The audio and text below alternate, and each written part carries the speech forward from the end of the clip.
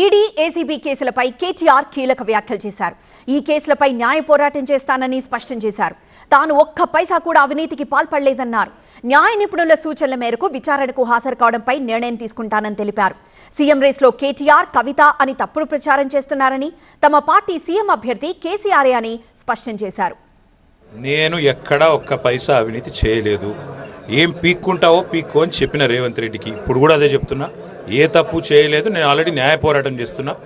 Case కోర్టులో ఉంది, తీర్పు రిజర్వ్ అయ్యి ఉంది. కాబట్టి తప్పకుండా నాకు విశ్వాసం ఉంది న్యాయస్థానాల మీద, ఈ దేశంలోని చట్టాల మీద.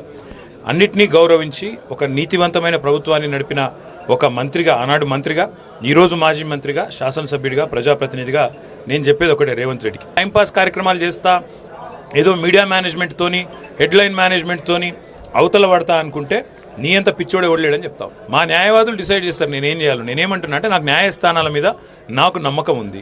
If it's family, it has to be home. If it's home, it has to be Aparna. Saluting the spirit of every couple's sacrifice to build their dream home. న్యాయస్థానంలో నాకు న్యాయం దొరుకుతుందనే నమ్మకం నాకుంది.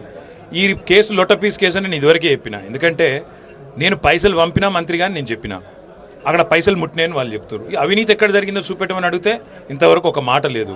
అందుకే న్యాయస్థానంలో కేసు తీర్పు రిజర్వ్ అయ్యి ఉంది. నేను వేసిన పిటిషన్ మీద న్యాయస్థానం ఏం చెప్తుందో, జడ్జి గారు ఏం చెప్తారో చూద్దాం. కొంతమంది బుద్ధి తక్కువ వాళ్ళు చేసే ప్రయత్నం అది. అట్లాంటి ఆలోచనలు కానీ, అట్లాంటి అనవసరపు ఇవి కానీ ఎక్కడా కూడా లేవు. అట్లాంటి బుద్ధి తక్కువ ఆలోచనలు ఎవరికైనా ఉంటే అది వారి కర్మ. మాకెందుకంటే మా నాయకుడు కేసీఆర్ గారు తిరిగి ముఖ్యమంత్రి కావాలన్నదే మా అందరి ఆరాటం. ఖచ్చితంగా కేసీఆర్ గారు తిరిగి ముఖ్యమంత్రి కావాలని తెలంగాణ ప్రజలు కోరుకుంటున్నారు.